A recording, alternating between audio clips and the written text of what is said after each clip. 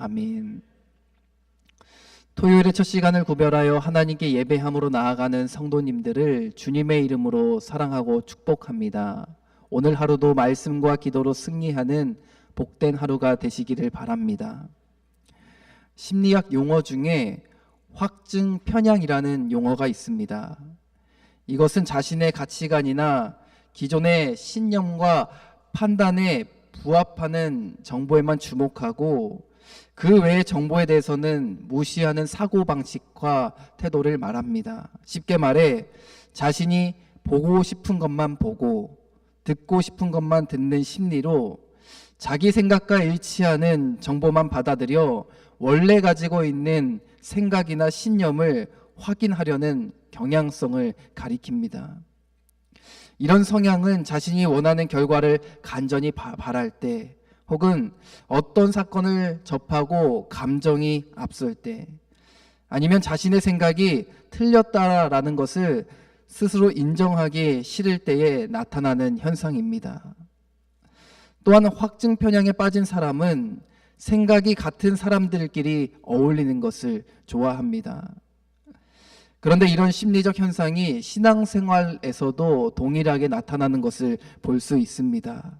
신앙생활을 하면서도 자신이 보고 또 듣고 믿고 싶은 것만 받아들여 자신의 생각과 일치하는 부분들만 수용하여서 자기의 생각이나 신념을 더욱 강화시키는 사람들이 있습니다.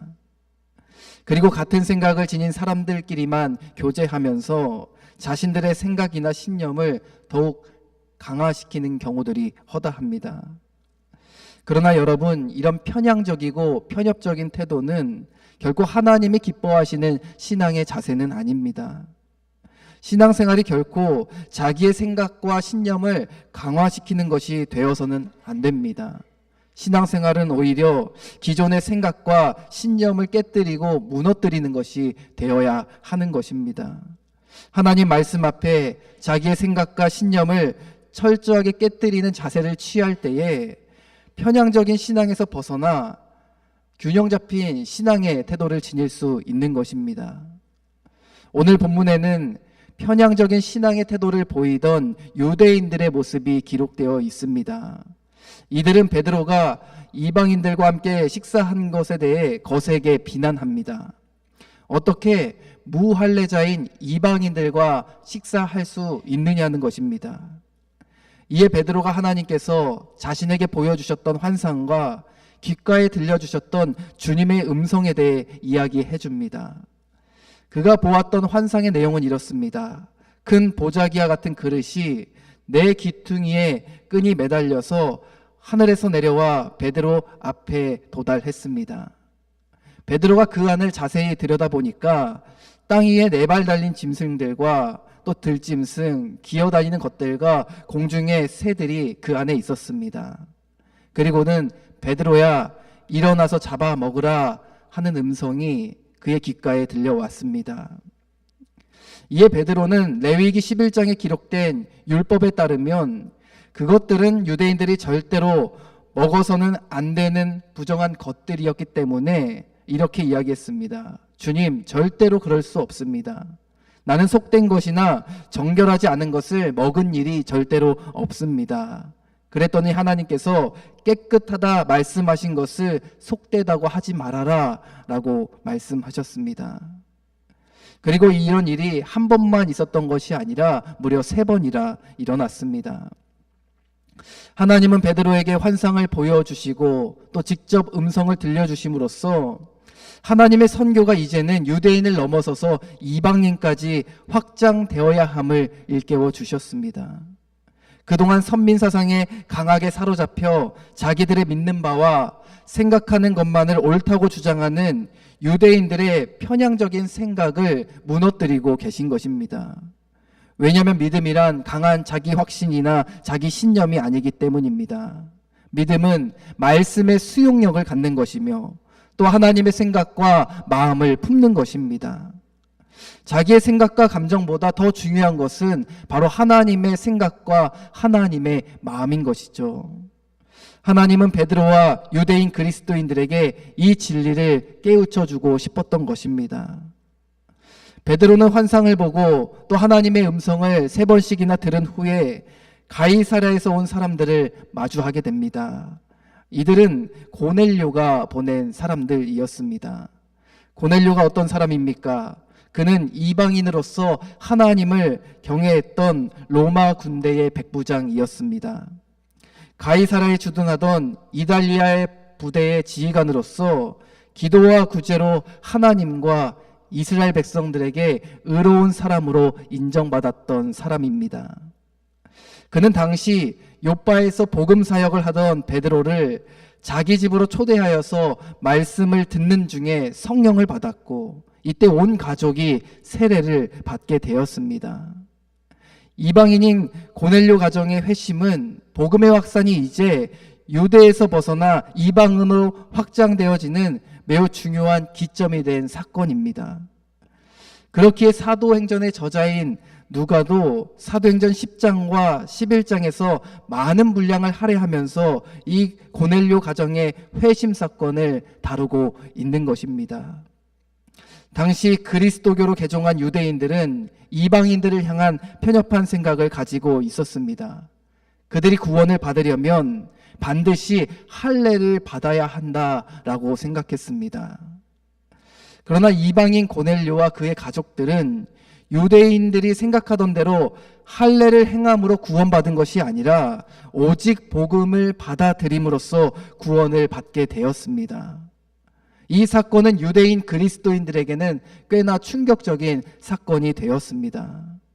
베드로는 이 사건을 경험하면서 이방인을 향한 하나님의 생각과 마음이 어떠한지를 깊이 통찰하게 되었습니다. 그리고 유대인들에게 이방인을 향한 편협한 생각이 가득하다는 것 또한 인식하게 되었습니다. 베드로는 하나님께서 유대인들과 이방인들을 동일하게 사랑하시고 구원하기를 원하신다는 것을 깨닫게 되었습니다. 그리고 예수님께서 십자가 위에서 나타내 보이셨던 사랑 또한 그러했습니다. 예수님께서 십자가의 죽음을 통해 보여주신 사랑은 모든 죄에 막힌 담을 허물고 또 모든 민족의 장벽을 허무신 만민을 위한 사랑이었습니다. 하나님은 모든 사람을 구원하시기 위해 자기의 생명을 내어주셨던 것입니다. 그러므로 사람들은 자기의 편협한 생각이나 감정으로 십자가 사랑의 대상과 범위를 제한하는 어리석음을 범하면 안 됩니다. 이것은 하나님의 생각과 뜻보다 자기의 생각과 감정을 앞세우는 매우 어리석고 교만한 태도입니다. 베드로는 주님이 보여주신 환상과 음성을 통하여서 하나님은 민족의 경계를 넘어 모든 이들을 사랑하시고 구원하기를 원하시는 분이라는 것을 깨닫게 되었습니다. 이에 베드로는 무할례자들과 식사를 하던 자기를 향해 온갖 비난을 쏟아냈던 유대 그리스도인들에게 이렇게 말합니다. 본문 17절 말씀을 함께 읽어보겠습니다. 그런즉 하나님이 우리가 주 예수 그리스도를 믿을 때에 주신 것과 같은 선물을 그들에게도 주셨으니 내가 누구이기에 하나님을 능히 맡겠느냐 하더라. 아멘. 베드로가 무엇이라고 말합니까? 하나님의 뜻과 생각 앞에 자기의 생각과 감정을 굴복시키겠다라고 이야기하고 있는 것입니다. 자기의 편협적인 신앙의 태도가 잘못되었음을 겸허하게 인정하고 있는 것입니다. 하나님이 이방인들에게 믿음을 주시고 그들을 구원하시고자 하는 생각과 뜻이 있으신데 내가 누구이기에 감히 하나님의 뜻을 거역할 수 있겠느냐라는 것입니다. 베드로의 이 말을 들은 사람들도 이내 잠잠해지기 시작했습니다. 그들도 베드로의 말을 듣고서 하나님께서 이방 사람들을 구원하시기를 원하신다라는 것을 깨닫게 되었습니다. 본문 18절 말씀도 함께 읽어보겠습니다. 그들이 이 말을 듣고 잠잠하여 하나님께 영광을 돌려 이르되 그러면 하나님께서 이방인에게도 생명 얻는 회개를 주셨도다 하니라. 아멘. 베드로의 말을 들은 사람들도 이제는 하나님의 뜻과 생각 앞에 자신들의 생각과 감정들을 굴복시키는 태도를 나타내 보이기 시작했습니다. 고넬료가 성령을 받고 또 복음을 받아들이고 그의 온 가족이 세례를 받은 이 사건은 이방의 선교의 문이 활짝 열리게 되는 기점이 된 사건입니다. 그런데 어떻게 하나님의 선교가 확장되기 시작했습니까? 유대인 그리스도인들이 자기들의 편협적인 생각과 이기적인 감정에서 벗어나기 시작할 때 선교의 확장은 일어나기 시작했습니다. 사랑하는 성도 여러분, 신앙은 결코 자기의 생각이나 신념을 강화시키는 것이 아닙니다. 온전한 신앙이란 하나님 말씀 앞에 자기의 생각과 감정을 철저하게 굴복시키고 또 하나님의 말씀을 온전히 수용함으로 기존의 나의 생각과 신념을 철저하게 무너뜨리고 깨뜨리는 것입니다. 그리하여 하나님의 뜻과 생각을 따라 하나님이 기뻐하시는 일들을 실천하며 살아가는 것이 온전한 신앙의 자세입니다.